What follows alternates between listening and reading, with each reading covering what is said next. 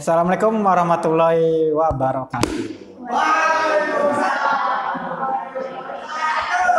Teater Gede. Sekarang penontonnya udah ribuan. Oke, kembali lagi bersama saya Ajis Alawalia di program apa konten Teater Geni Bincang-Bincang. Kali ini kehadiran tamu mahasiswi Institut Agama Islam Cirebon. Namanya Mbak Iko. Bener namanya Mbak Iko? Iya. Nama lengkapnya? Nur Hadiko. Nur Hadiko. Ini saya tahunya Mbak Iko aja gitu. Iya. Dari Sarul. Dipanggil Mbak Iko. Iya. Gitu. Biasa. Semester 7. Semester 7. Ya, semester 7. Lebih tua daripada saya. Oh iya. Secara semester kan lebih tua. Oh iya. Saya kan masih maba, masih nggak tahu apa-apa, masih polos gitu. Aduh, bisa ajakin. Mbak Iko Jurusannya PGMI. Oh, PGMI, Pendidikan Guru Madrasah Ibtidaiyah. Ya. Oke, biar nggak langsung to the point. Biasa kan yang kemarin syuting kan langsung to the point ya. Mbak Iko sehat ya? Alhamdulillah, ya lumayan sehat lah. Tapi sedikit pilek nih. Oh. Karena bolak-balik dari Brebes soalnya. Pepet. Lagi pulang ke rumah, jadi liburan kan di pondoknya nggak ada orang, jadi pulangnya ke Brebes. Oh. Berarti berangkat kuliah emang pondok ya? Kalau kita pondoknya di Kalimukti. Kalimukti. Di Pondok Pesantren Madinatun Najah, Kalimukti. Daerah mana tuh? Pabedilan. Oh, Pabedilan. Tangga itu. Tangga. Dia kayak Oh, ada tangga. Ada tangga. Itu ngajar apa tuh di tingkatan pendidikan madrasah ibtidaiyah atau? Kalau saya kebetulan dapatnya di RA, di Rodatul Atfal. Oh, RA tuh yang TK lah, semacam TK. Semacam TK ya. RA kalau di sana. Ada TK-nya juga sih, cuma dapatnya di RA. Dulu di RA. Ini ngurusin anak kecil berarti. Iya, kebanyakan ngurusin anak kecil. Tapi Mbak Iko kan dari Brebes lah, asli Brebes, terus ngabdi di Pondok Madinatun Najah, iya. Mungkin udah ditakdirkan buat di sini. Berat bahas takdir. Iya, Berat bahas takdir.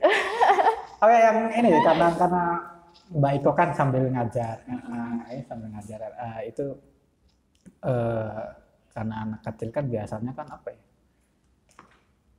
Dibilang bandel juga enggak, karena masa-masanya aktif lah, masa aktif itu kesulitan. Ada kesulitan nggak ketika mengajar anak? Kalau mengajar anak kesulitan, mungkin awal mah iya kesulitan, karena kita di sana itu ada yang namanya praktek sebelum kita ngabdi atau apa itu, kita di program pesantrennya itu ada yang namanya praktek. Nah, praktek diutamakannya itu ngajar di TK ataupun PAUD setara dengan RA. Kan kita di sana ada PAUD, ada RA, ada TK. Jadi disebar sebelum kita diluluskan, dipraktekkan kita. Ngajar anak kecil tuh bagaimana. Jadi ya mungkin itu dari situ gitu. Saya dipilih, terus saya juga sampai sekarang bisa ngabdi di situ. Ini awalnya keterpaksaan atau memang murni sehingga ada ajakan yang memang saya betah, tapi awalnya kan ini sebuah keterpaksaan atau memang saya pengen mengabdi gitu? Kalau saya emang awalnya saya pengen mengabdi. Nah terus karena saya anak ashab, jadi kan kalau di sana ada anak ashab, ada yang biaya full. Kebetulan saya karena sama adik, jadi setengah biayanya dari pesantren. Nah diwajibkan untuk ngabdi. Kebetulan juga, ya saya juga emang pengen ngabdi dari dulunya di situ. Nah jadi langsung dipilih di RA aja gitu. Subhanallah, mulia loh, mengabdi loh. Jadi sampai sekarang yang ngabdi gitu. Jadi emang ada sebuah budaya bahwa ketika kita selesai di pondok selesai di pondok itu biasanya memang ada masa-masa pengabdian gitu, entah setahun dan berapa tahun. Tapi Mbak Iko ini udah berapa tahun ngabdi? Berarti aku udah 4 tahun, menjelang 5 tahun. Iya, di pesantren. Lama juga. Lama juga, karena saya masuk pesantren di SMA sih, dari SMA. Ya mulai lama mungkin karena kebawa dengan pengabdiannya, padahal. Tapi tadi Mbak Iko kan bilang bahwa masuk pesantren itu pas SMA.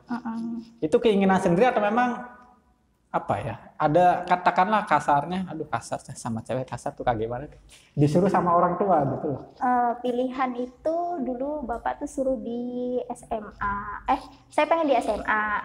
Cuma kata Bapak, udah di SMA mah ngapain gitu. Udah mending di pondok. Di pondok akhirnya kan ada teman. Jadi seneng. Kalau udah ada teman kan seneng.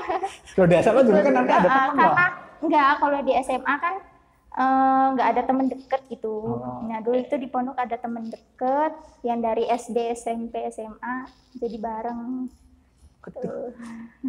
Jadi akhirnya bareng lah kita di sana di pondok. Terus di kampusnya bareng lagi? Di kampusnya enggak. Di kampusnya enggak. Iya berarti memang awalnya memang orang tua menyarankan untuk pondok. Sementara Mbak Iko mempunyai keinginan ke SMA. Ke SMA. Sehingga sudah lebih nurut kepada orang tua dan ketemu sama teman lama, katakanlah seperti itu ya. Ih bisa. Sama kasusnya Kak saya loh. Di sini, di alumni sini tuh. Sempat main-main dulu, ketemu sama TU, kepala TU segala. Ya tapi apa ya? Karena ini Mbak Iko kan sudah 5 tahun mengabdi. Apakah itu benar-benar pure murni mengabdi saja di pondoknya, atau memang sambil katakanlah apa bahasanya ngedres lagi, mengaji lagi? Enggak, Kak. Kalau kita di sana, jadi saya ngabdi itu beda sama kayak mungkin saya pesantrennya pesantren modern ya. Beda dengan kalau salaf. Biasanya kalau salaf sambil ngaji, sambil apa ya namanya, bener-bener ikutlah gitu, harus wajib dan ngikutin santri. Nah kalau kita ini dipisah. Jadi yang namanya alumni udah ngabdi itu dipanggilnya ustazah. Jadi setiap santri atau alumni yang lulus ngabdi berarti dia udah jadi ustazah. Ustazah muda, kalau kita dipanggilnya usmud, biasanya usmud. Nah, di usmud itu kita dikasih yang namanya kepercayaan. Kepercayaan dari pimpinan, kita itu dikasihnya bagian apa. Nah, saya itu ngabdi itu pertama kali itu ditanggung jawabin itu bagian kantin. Kebetulan Liah juga itu masih santri, dia santri baru, itu langsung saya bagian kantin, dia tahu gitu. Berarti memang ada di istilahnya ibaratnya dipisahkan ya dari segi prosesnya. Dan ini ternyata dipanggilnya ustazah loh. Saya kalau mungkin kalau di pesantren dipanggil ustazah, kalau di pondok ya udah biasa aja gitu, di kampus kan biasa aja, udah sama-sama gitu. Walaupun ketemu dengan adik kelas, kadang ngeceplos ustazah, aduh ini mah udah jangan terlalu berat kalau di luar dipanggil ustazah gitu. Karena nggak bisa sealim di pondok. Bener, kalau di pondok saya harus kayak, aduh gimana sih santri saya banyak gitu, nanti santri saya ngelihatnya saya kayak gini, ustazahnya aja gitu. Kalau santri kan gitu.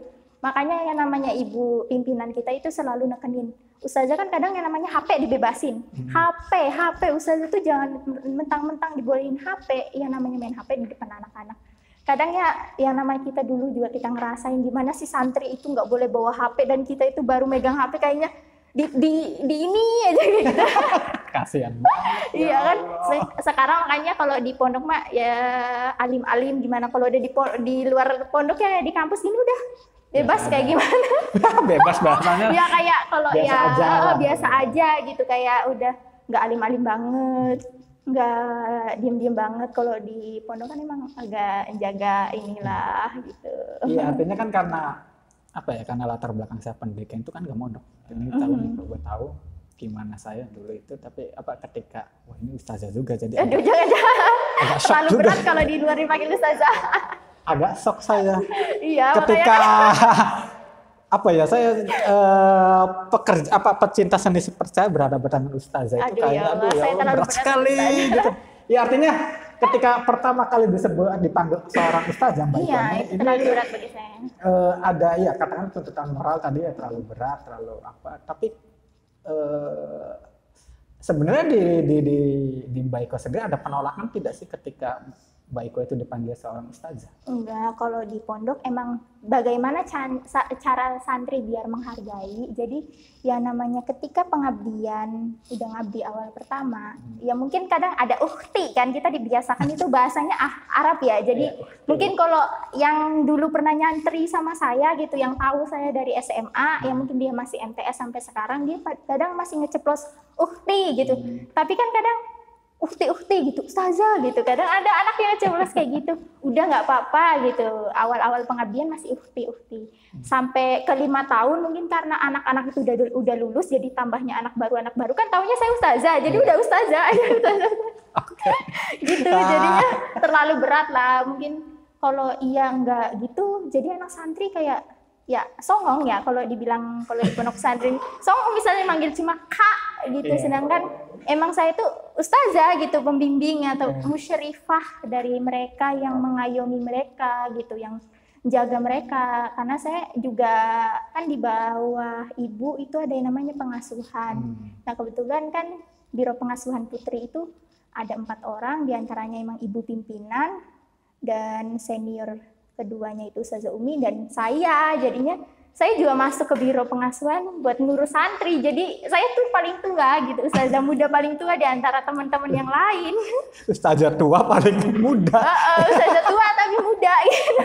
Ini gimana ini? Aduh iya. Pernah nggak Mbak Iko ketika apa ya, atau membimbing atau mengajar RA ataupun di pondok itu marah terhadap santri atau marah terhadap peserta didik? Kalau ke peserta didik sih enggak, saya enggak pernah marah ke anak-anak RA karena paham gitu.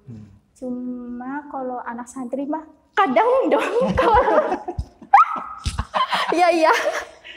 Artinya kan ini Pak, ya saya sendiri pun menilai seorang kata ustazah itu kan, ini punya titik kesabaran yang lebih. Tapi akhirnya saya mau konfirmasi, apakah seorang ustazah juga seperti Mbak Iko ini pernah mengalami rasa marah? Iya pernah, ya mungkin saya pernah marah ke anak santri kalau dia terlalu nyamain gitu. Kadang mereka mandang kita ustazah tuh enak ya gitu, pulang kuliah malam, udah gitu bawa teng-tengan makanan, sedangkan kita kan santri nggak boleh jajan di luar, ustazahnya aja jajan di luar. Nah gitu, kadang itu tuntutan nih, masalah kemarin kayak gitu, karena mungkin karena COVID kemarin santri cukup di dalam dan ustazah kan boleh keluar karena kuliah, kan kita juga kuliah cuma sebulan sekali dengan waktu tertentu. Di situ anak santri bilang ustazahnya aja gini gimana gitu, ngomong ada laporan ke kita, gimana kalau misalnya ustazahnya nggak kuliah gitu, sedangkan kalian aja misalnya ustazahnya lagi kuliah online, kalian minta nelpon ke ustazah gitu kan. Kadang ustazahnya juga ngalah gitu, ustazahnya nih mau kuliah online ya dibatas aja, tapi merekanya nggak bisa menghargai kita, gimana kita buat kadang dia kuliah di situ aja sih. Merekanya tuh suka nggak mahamin kita dan mandangnya ustazah enak, nggak jamaah, nggak sholat subuh berjamaah. Saya takut loh, karena itu dari hati loh. Itu dari hati loh. Saya jadi enak ya gitu, ustazah mah nggak digebrak-gebrakin sholat kata siapa gitu. Ustazah tuh kalau nggak sholat berjamaah kena omong di rapat ya, kalau ya walaupun nggak sesering kalian. Nanti suatu saat juga ada saatnya kalian memimpin dan ada saatnya kalian dipimpin. Nah kan kalau ibu tuh selalu ngerti gitu, ngerti walaupun emang salahnya kita kadang nggak sholat jemaah atau nah tuntutan kita nggak sholat jemaah juga ada alasannya masing-masing sih sebenarnya. Ada yang di dapur gitu kan, kita kan ada bagiannya masing-masing. Misalnya iya ustazahnya sholat berjamaah di masjid di waktu maghrib, sedangkan kadang maghrib itu kita tuh masak belum selesai, ya udah gimana misalnya santri mau nggak masak, ustazahnya yang ke masjid gitu, udah gitu aja. Ya kalau kayak gitu ya udah alhamdulillah ustazahnya aja yang ke masjid, kamu masak gitu. Emang kalau masak nggak butuh waktu lama, kita masak dalam jumlah banyak sebanyak 300, misalnya 300 santri, ustazahnya masak sendirian atau 2 orang di jadwal. ya emang nggak seribet itu dek gitu kata-kata. Kadang santri tuh suka nggak mengerti, emang dikira ustazah nganggur-nganggur kalau di kamar tuh gitu. Ya mungkin karena dipegangin HP atau apa ya kan, kadang kita kuliah online mungkin kadang kita Zoom dikiranya lagi vicall sama cowok gitu kan. Aduh, ini seru nih, seru lagi. Nah, apalagi nih santri itu kan emang dibatas yang namanya putra sama putri.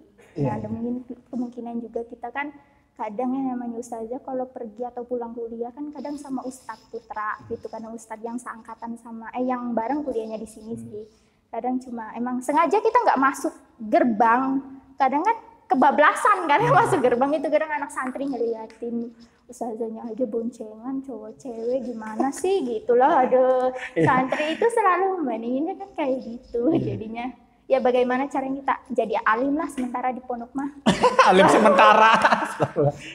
Diminum dulu Mbak. Ya wis gampang. Saya minum dulu ah. Saya mengerikan sekali keluh kesah seorang ustazah tuh. Beda kan kalau keluh kesahnya, kalau keluh kesahnya saya kan sebagai yang suka senikannya, ya terserah aja lah gitu. Orang pengen esok, nanti juga enak nggak enaknya juga badan dia sendiri yang kalau kita mah nanti juga suatu saat kalian bakal tahu deh gitu. Nah kayak pengabdian kemarin aja, pengabdian yang baru nih, alumni baru tiba-tiba dia ngerasain ke ustazah, dia jenjangnya naik ke jenjang ustazah pertama. Nah pasti dia nyadar gini, kak dulu aneh tuh kan, kalau walaupun kita ustazah baru kan kadang manggilnya kak atau zah gitu, atau ustazah kak gitu. Misalnya ini dulu aneh pernah tahu kesel sama ustazah gitu gara-gara apa, dulu ustazahnya kayak gini tapi akhirnya aneh ngerasain sekarang aneh jadi ustazah. Dia jujur kayak gitu. Akhirnya dulu tuh aneh kalau mandang ustazah tuh enaknya aja, ustazah kemana-mana, ternyata sekarang aneh jadi ustazah seperti kalian gitu.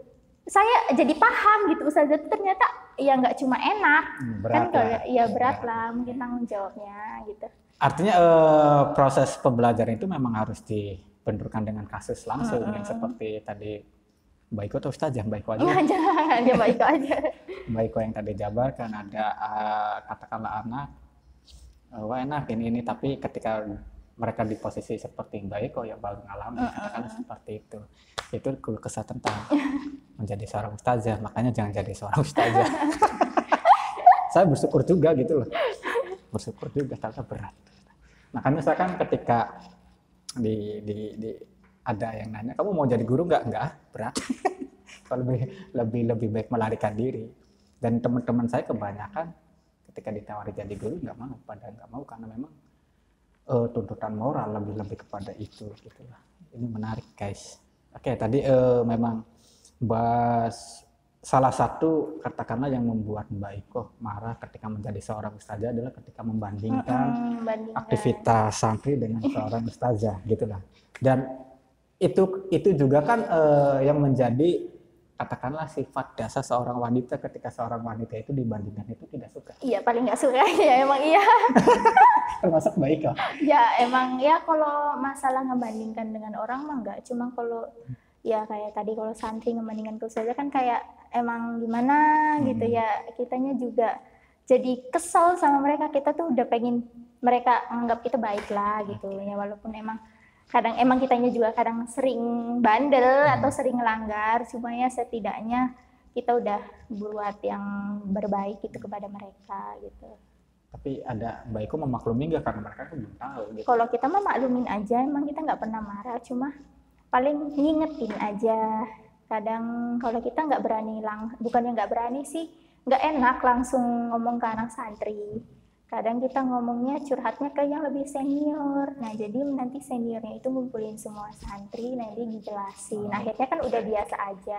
Karena sebenarnya mah kita semua tuh sayang sama adik-adik kita tuh sayang gitu, sayang semuanya, apalagi yang kakak-kakak kelas. Karena biasanya kalau yang namanya di pondok itu kebersamaannya itu lebih ada gitu, walaupun kita kakak kelas sama adik kelas itu tuh yang namanya sayang gitu sebenarnya sama mereka. Cuma kalau mereka lagi kayak gitu aja kita kadang kesel, cuma kalau udah ngeluapin ya udah sebentar aja gitu. Sebentar. Kirain meledak Sebentar gitu kita kayak mah. gini. Paling Kayak kalau gini ngomong terus. itu curhatnya juga sesama ustazahnya. Nanti ustazah yang bisa nenangin, nah itu berarti udah kelar gitu. Dipanggil santrinya yang ngomong kayak gitu, nanti Kartu kuning. dijelasin. Kartu kuning. Enggak lah, langsung dijelasin aja. Kadang mungkin karena kita udah terbiasa ya, udah terbiasa kayak gitu. Ya namanya dari dulu kayak gitu, udah biarin, nggak usah didengerin. Nanti juga merekanya tahu sendiri pada saatnya. Kadang kita keselnya kita nggak pernah marah langsung. Ini kamu sih kayak gini, nggak pernah.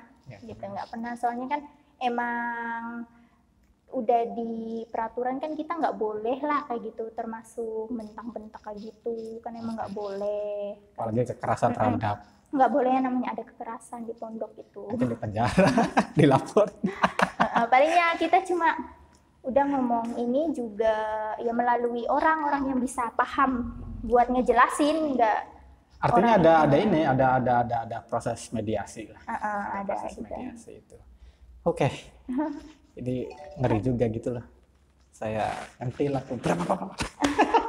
Ini kayaknya dari hati gitu loh sama. Oh iya, emang kadang ya sekarang mah tenang gitu, santrinya emang lagi nggak ada. Cuma kasus terakhir kemarin emang kayak gitu, dilihat dari di masa pandemi kayak gini ustazah yang keluar itu udah jadi baru masalah kemarin yang masih dirasakan lah saya sekarang. Ini menarik ya, tadi mendengar cerita dari Mbak Iko, pengalaman menjadi seorang ustazah itu luar biasa, dan kita termasuk Liah juga begitu kayaknya. Ya, sabar Mbak ya. Yang kuat-kuat, kalau nggak kuat minum air putih. Soalnya dia baru 2 tahun, 2 tahun apa berapa tahun ya? Kayaknya kalau aku udah terlalu tua dan Ya udah senior lah. Soalnya mungkin paling tua di antara mereka. Nah, itu paling tua dan paling lama kayaknya di antara mereka. Paling sepuh. Iya. Artinya ini kita beralih ke obrolan tadi Mbak Iko agak nyetil di masa pandemi. Karena Mbak Iko kan sebagai yang mengajar dan yang diajar. Yang mengajar ketika di FA, yang diajar ketika di kampus YIC ini. Itu bukan kesulitan ya, hal-hal yang menghambat itu lebih pada guru kerepotan atau memang peserta didik yang kerepotan? Kalau di RA sih mungkin ngerasanya peserta didiknya repot karena kalau guru kan ngasih tugas ya. Nah, kadang kita tuh mikir gimana anak baru masuk ke RA, gimana caranya kalau kan ada metodenya, kalau seorang guru kan ada metodenya kalau langsung. Nah, kalau itu merekanya lewat online, gimana gurunya ngejelasin itu beda gitu. Apalagi anak kecil itu susah, kecuali yang gede-gede aja kadang susah kan, apalagi pelajaran yang berhitung kayak gitu. Nah, yang kesulitan itu ya di anak-anak lah buat di RA mah.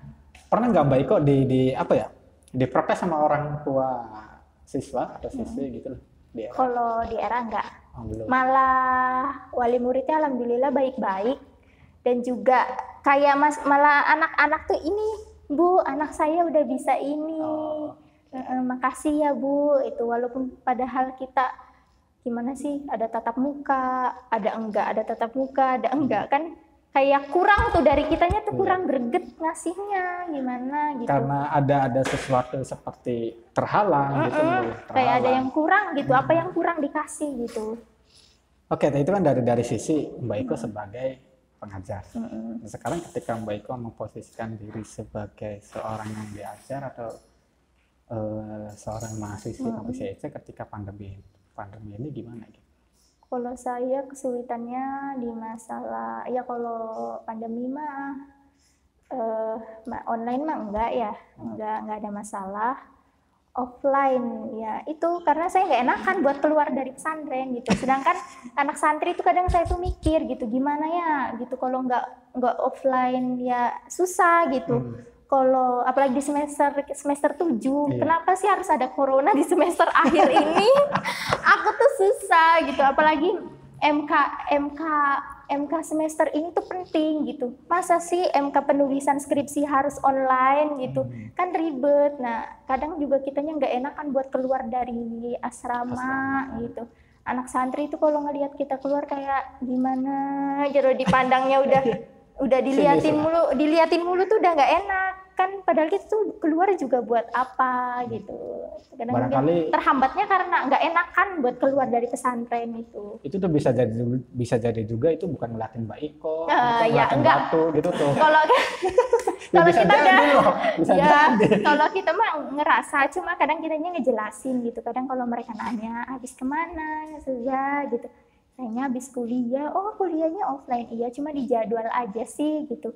Ya kita ngasih pemahaman. Kadang-kadang anak yang udah tahu kita kuliah mah paham gitu, jadwalnya itu tuh kadang udah paham. Mungkin kadang nggak enak aja kalau diliatin.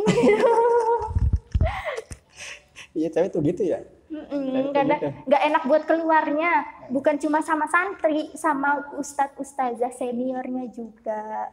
Kadang saya malah seringnya ngepost kalau misalnya keluar, kadang ngepost di kampus, bener ini lagi ada ini loh, sengaja biar kadang kan yang nge-save itu dari ustazah-ustazah atau ustadz atau ibu ustadz satu tahu saya itu lagi kuliah, bukan cuma karena keluar pengen jalan-jalan atau karena apa. Kadang kayak gitu kita tuh.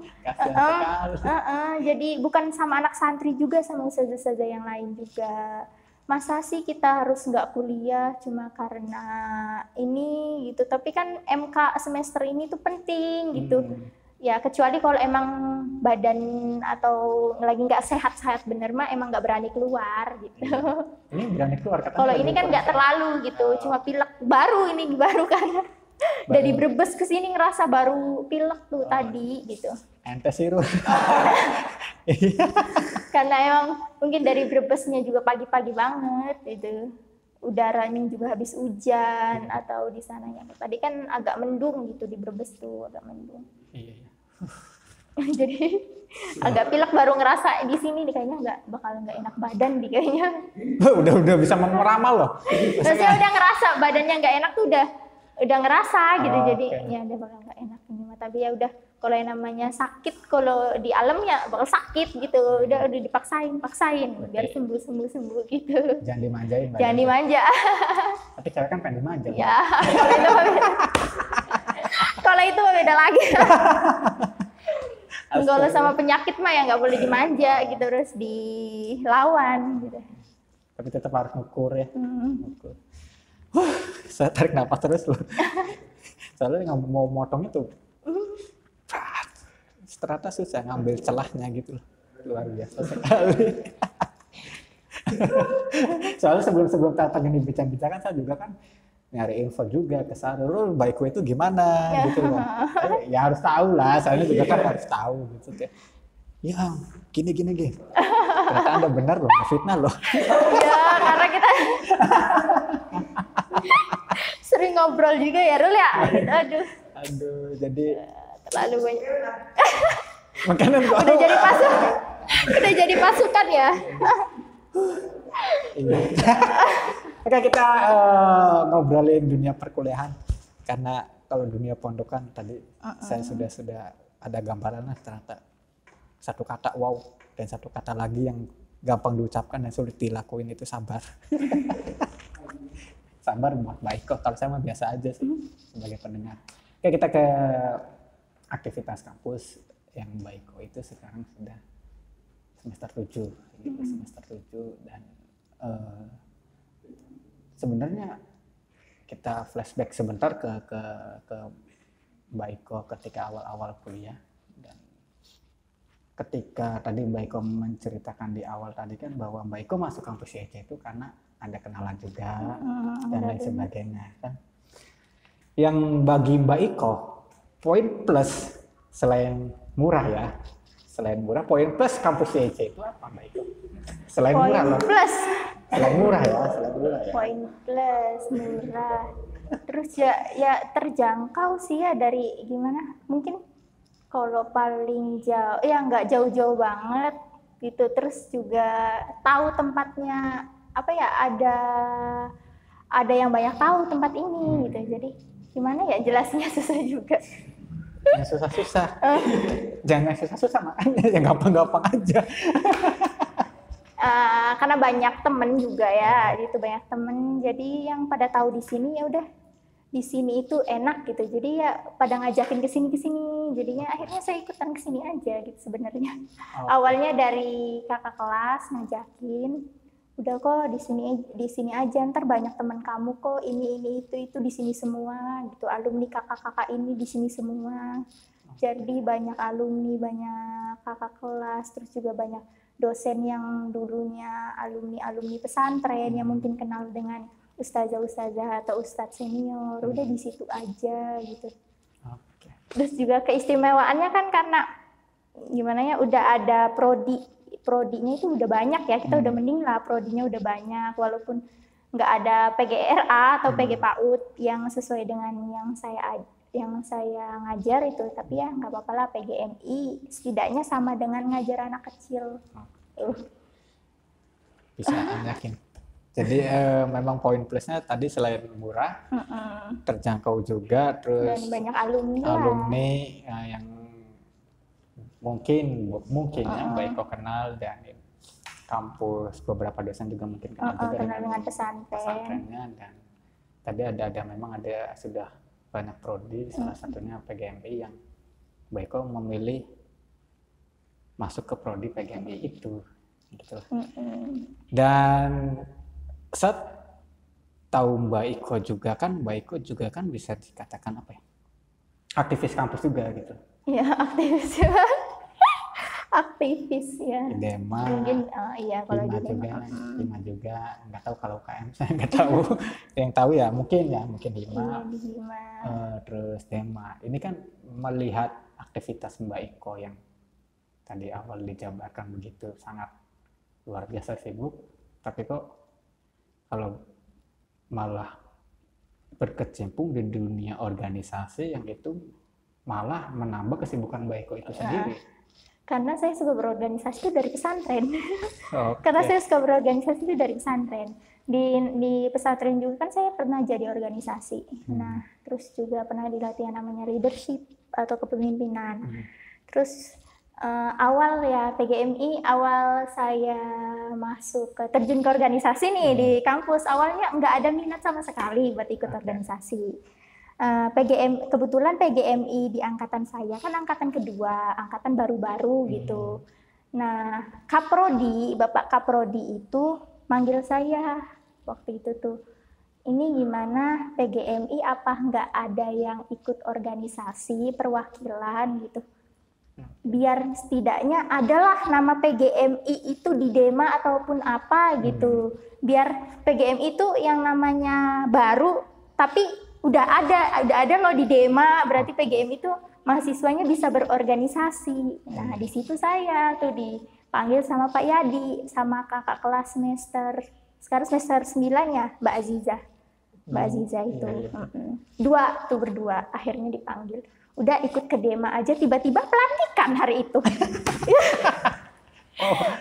Nah, di UKM itu pertama di UKM berdua.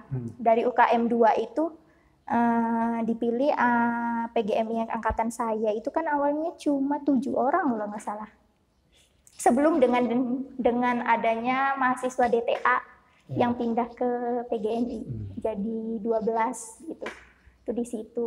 Nah, awalnya dari Hima gitu. Hima PGMI, kalau bukan kalian siapa lagi angkatannya gitu. Kalian baru 2 angkatan loh gitu.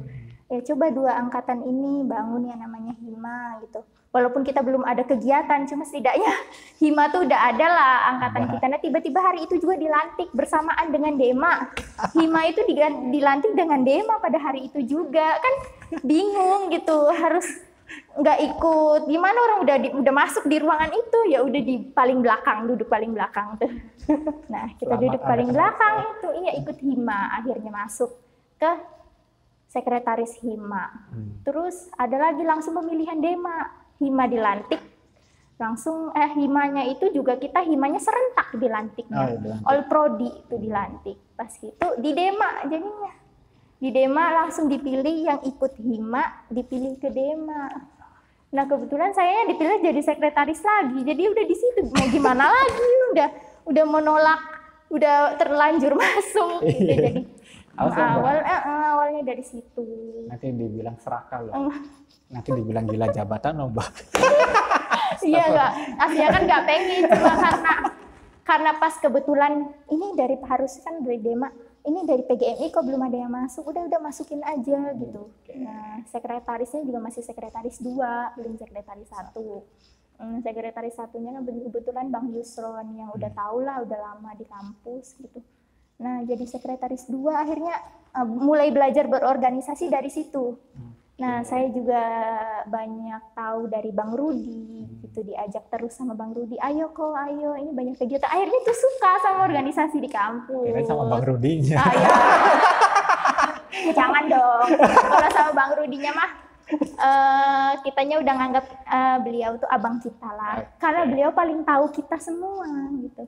Emang pokoknya yang paling bisa ngajak kita Dema itu dulu Bang Rudi, yang ayo ini Dema punya agenda ini, Dema punya proker ini, walaupun ada proker yang belum terlaksana, setidaknya ada program kerja, ayo adain Dema gitu, adain kegiatan. Kan dulu kan Dema sempat mati pada vakum pas angkatan di atas angkatan saya ta'aruf itu Dema vakum, cuma Dema asal masuk panitiaan aja, belum ada Dema.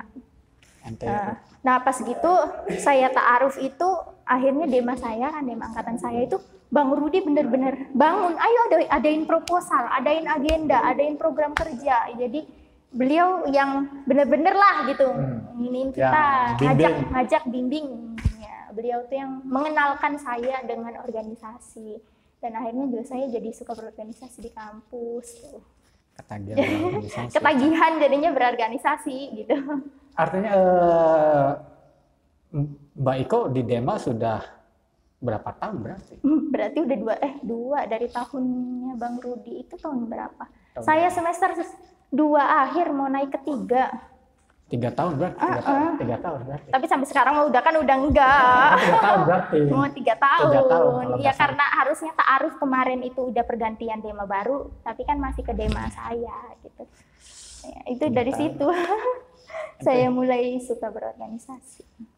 Artinya dari aktivitas organisasi itu apa ya? Manfaat apa sih? Ada manfaatnya nggak dikatakannya di yang baik kau rasakan? Manfaatnya saya jadi tahu banyak tentang kampus. Dulu kan saya nggak tahu tentang kampus sama sekali kan, cuma asal kuliah berangkat. Ya nggak sih ya kan, kalau misalnya cuma mahasiswa biasa kuliah berangkat, kadang juga mahasiswa tuh nggak tahu itu tuh dosennya gitu. Kadang nggak tahu dosennya. Nah kalau udah jadi organisasi kan kita udah kenal semua dosen. Mulai dari saya mengenal semua dosen itu dari Dema, karena dulu bagian sekretaris kan suka bagi-bagi surat kalau ada kegiatan, berarti ini namanya dosen ini namanya dosen ini, kan jadi paham manfaatnya. Terus juga saya lebih banyak kenal, walaupun kalau di kuliahan kita cuma kenal dengan seangkatan saya saja gitu. Sedangkan kalau di Dema saya bisa kenal dengan abang-abang saya yang satu organisasi dengan saya, tapi bukan satu angkatan tapi satu organisasi, dia cutting saya. Nah kayak Abang Rudi dan teman-temannya itu. Dan saya juga kenal dengan adik-adik kelas saya kayak Syahrul dan kawan-kawan. Kan saya dari awalnya kalau nggak ada Dema kan kita nggak kenal. Akhirnya karena ada Dema kita udah sama-sama, berarti kita tuh sama-sama gitu. Kan jadi kenal, itu manfaatnya juga kenal dengan UKM yang lain, dengan yang kayak apa sih Mapais itu kan jadi kenal deket gitu. Sama teater geni belum kenal berarti. Kita kenal dengan Syahrul. Kita kenal dengan Syahrul, kenal dengan Ovi. Iya. Ya artinya memang salah satu manfaat tadi yang baik kok jelaskan itu ya memperbanyak silaturahmi dan link juga di kemudian hari, barangkali kita mampir kemana, ada Sarul ketika mampir jadi kayak gitu, kita numpang makan gitu lah. Jadi kan gitu lah, bisa jadi. Ya nggak mungkin ketika kita mampir masa nggak nggak dikasih makan ya Rul. Ya minimal aqua gelas gitu, minimal. Oke. Jadi memang Mbak Iko aktif di organisasi dan tadi manfaatnya gitu lah. Nah, karena Mbak Iko juga kan aktif di organisasi di kampus IEC, itu kan bisa kategori lama juga gitu. Iya, Kalau benar. saya menarik kesimpulan bisa dibilang lama juga karena ada tahapan-tahapannya ketika semester 1 masuk organisasi apa, 2 dan lain sebagainya apa gitu. Nah, kalau Mbak Iko sudah kurang lebih 3 tahun gitu loh. Iya. Progres dari organisasi itu sendiri ketika Mbak Iko baru masuk sampai sekarang semester 7 itu ada perkembangannya guys. Ada. Dulu ya ada perkembangan lah. Dulu perkembangannya itu dari organisasi Bang Rudi itu kan program kerja itu belum semuanya terlaksana. Nah, di Dema selanjutnya akhirnya ada LPJ. Dulu kan Bang Rudi itu nggak ada LPJ, cuma serah terima jabatan sertijab aja. Langsung. Sertijab langsung. Ini berarti saya udah Dema terakhir, ini nih berarti langsung ke kamu gitu, Dema baru gitu, Iwan lah. Nah, kalau pas sekarang di Dema saya tahun kedua ada yang namanya LPJ, laporan pertanggungjawaban dari awal kita dilantik Dema sampai kita ke akhir Dema. Jadi kan ada perkembangan dari situ. Terus juga ada kegiatan-kegiatan yang bakal jadi rutinan kampus, insya Allah gitu, kayak dialog kebangsaan, ada lomba-lomba yang kemarin olahraga itu, kan itu bakal jadi mungkin program kerja tahunan atau yang bakal dilaksanakan Dema selanjutnya. Artinya bisa dikatakan juga kalau saya narik kesimpulan bahwa memang progres atau perkembangan dari organisasi kampus itu sendiri mengalami perkembangan dari segi kegiatan, kedua dari sisi administrasi, katakanlah seperti itu, yang tadinya memang sudah ada cuma belum bisa dimaksimalkan. Sekarang di kepengurusannya baik di tahun selanjutnya itu sudah mulai untuk dimaksimalkan dari segi administrasi dan kegiatan. Salah satunya nanti dialog kebangsaan sama yang olahraga. Iya, Aksera iya, olahraga. Astagfirullahaladzim. Wih, dasar sekali. Saya ngopi dulu, Mbak Iko. Iya. Itu dilakukan loh. Iya, enggak. Kita nyantai aja. Iya. Oke. Ini karena kita jalan-jalan lagi deh, kemana, karena bebas kan? Bebas kok. Karena teater geni ini kan baru organisasi baru kemarin sore.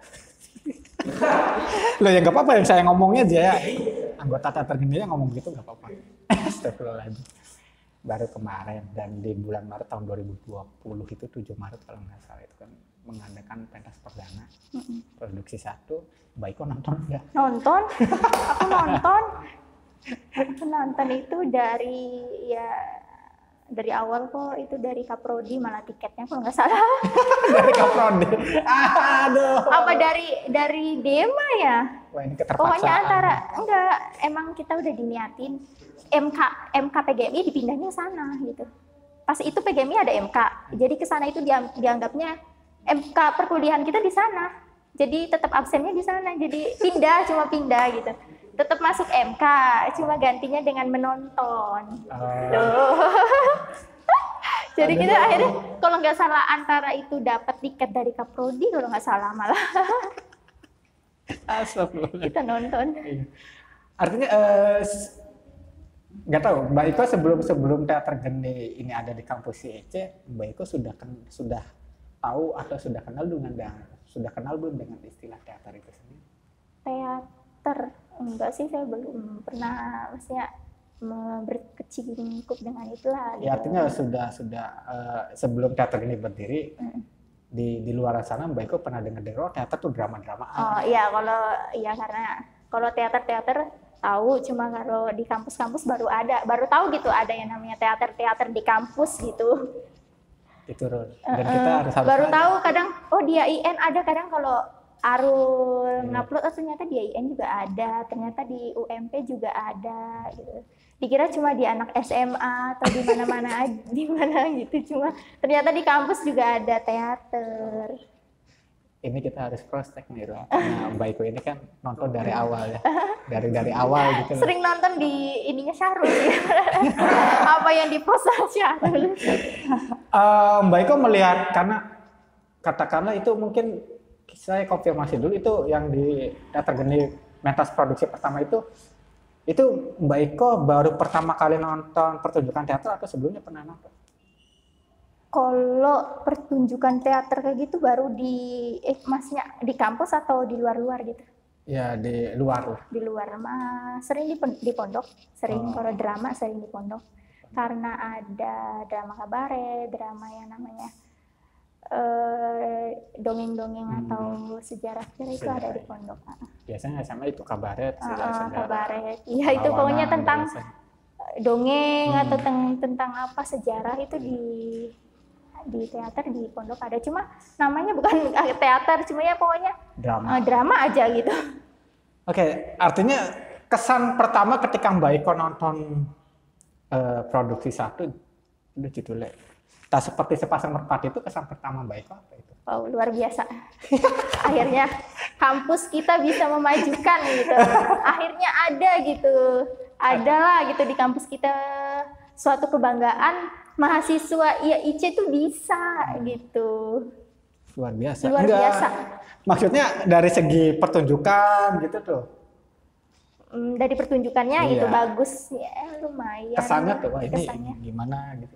Gimana? Kesan ketika Mbak Iko nonton, itu kan kesan ketika dari salah satu organisasi IAIC mengadakan kegiatan dan di luar kampus itu kan tadi kesannya ada salah satu atau beberapa UKM yang memang bisa yuk bareng-bareng, katakanlah seperti itu. Nah sekarang kesan ketika Mbak Iko menonton pertunjukan Tak Seperti Sepasang Merpati itu, kesan pertamanya itu apa?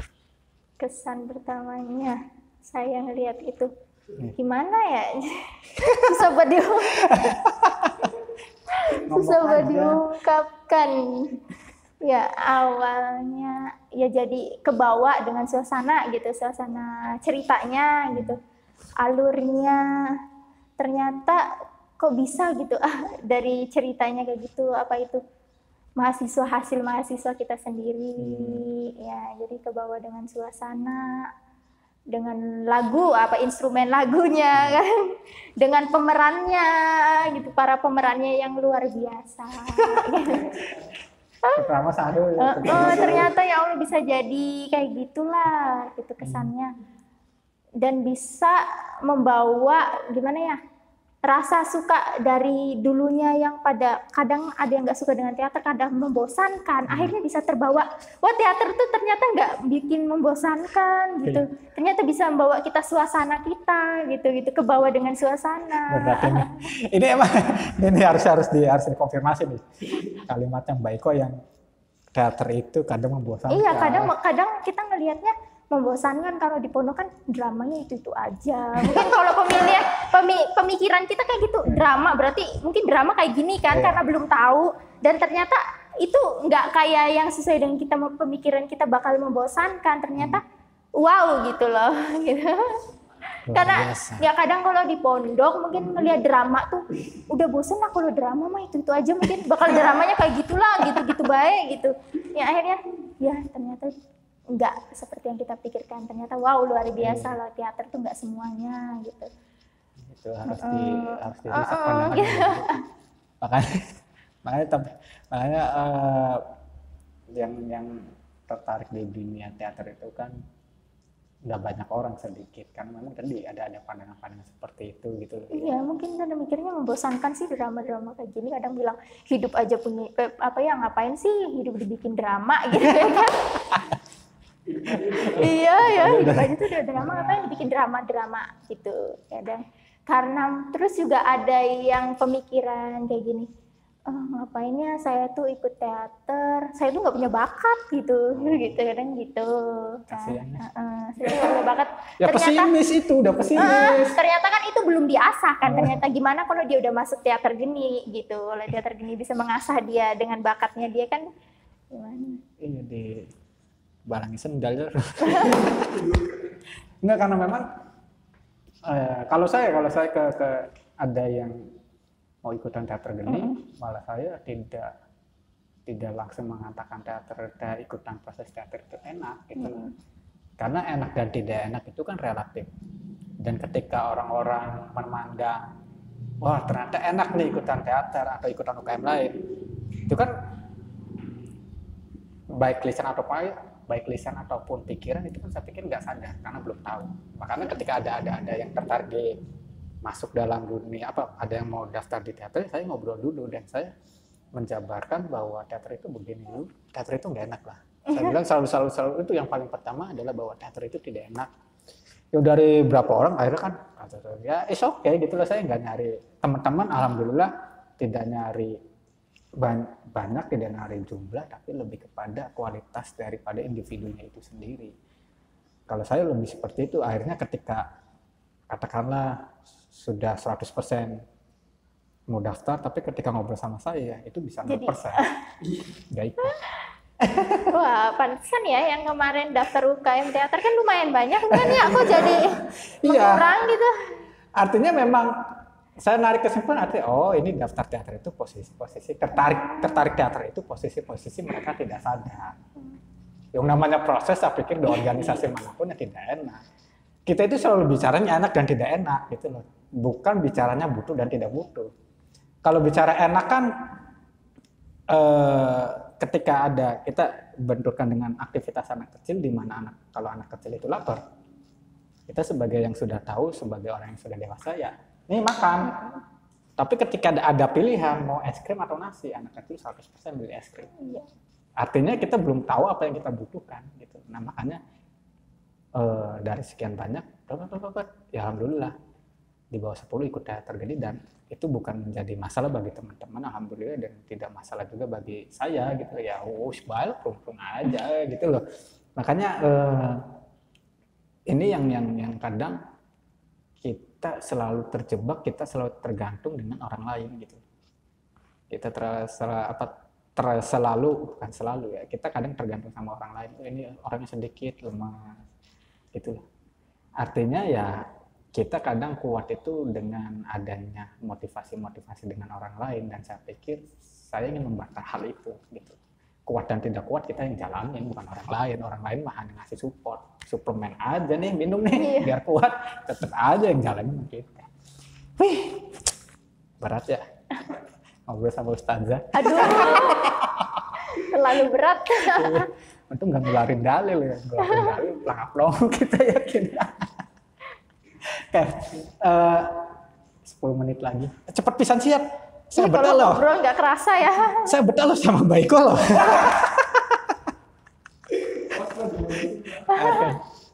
Oke, ini mungkin pertanyaan terakhir, pertanyaan karena waktu 10 menit lagi. Banyak di kalangan perempuan, ini pertanyaan terakhir nih. Saya giring opini dulu bahwa banyak di kalangan perempuan itu ketika sudah lulus SMA lebih memilih kerja atau bahkan menikah.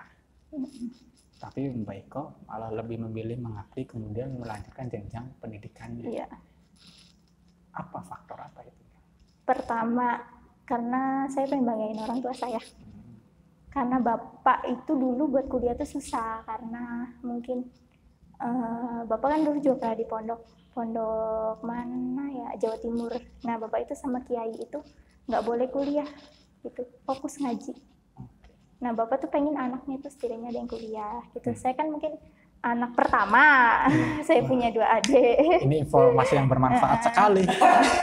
Jadi saya tuh pengen kuliah, pertama pengen banggain orang tua saya. Nah terus juga ya kalau perempuan itu kan bakal jadi seorang ibu.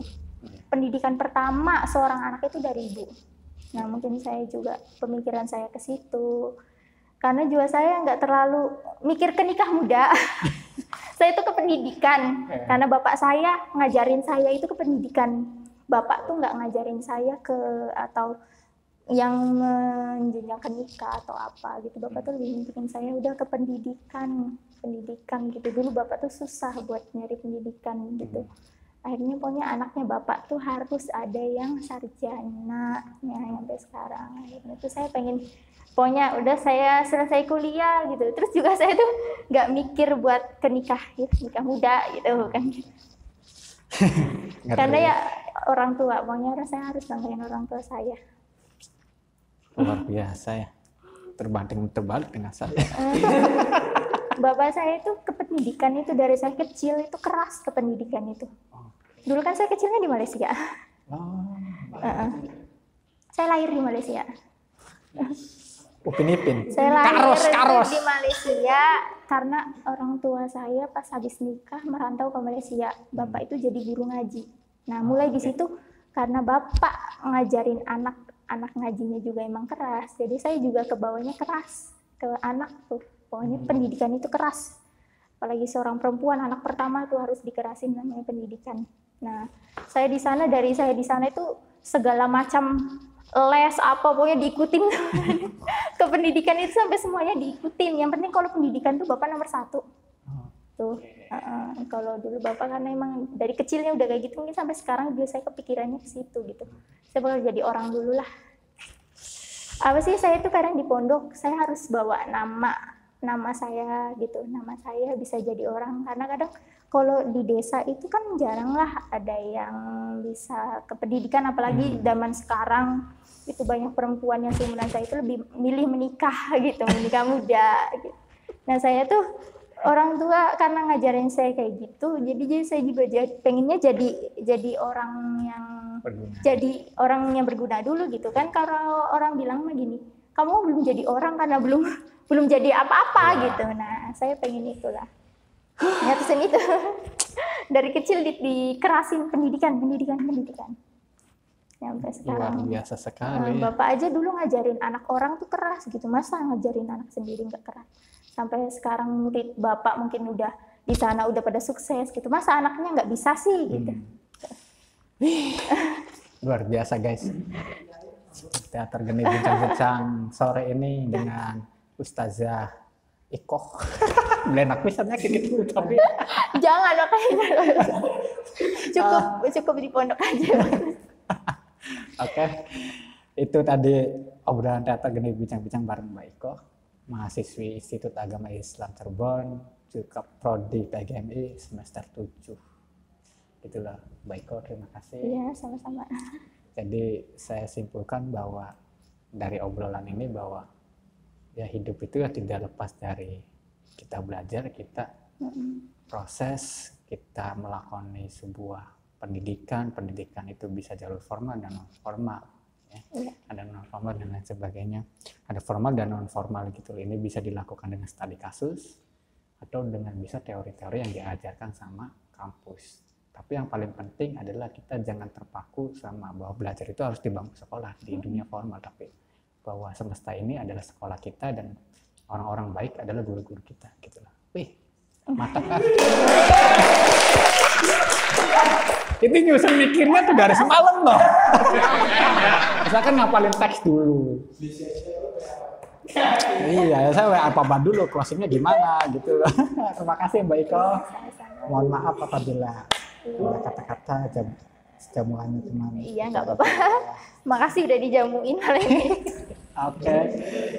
Gitu aja obrolan Teater Geni Bincang-Bincang sore ini. Akhir kata jangan lupa subscribe. Ini sudah 2 pertemuan saya selalu lupa nih. Aduh, kacau. Subscribe. Jangan lupa subscribe channel YouTube Teater Geni, terus aktifin lonceng notifikasinya biar Teater Geni ketika upload video baru itu bunyi.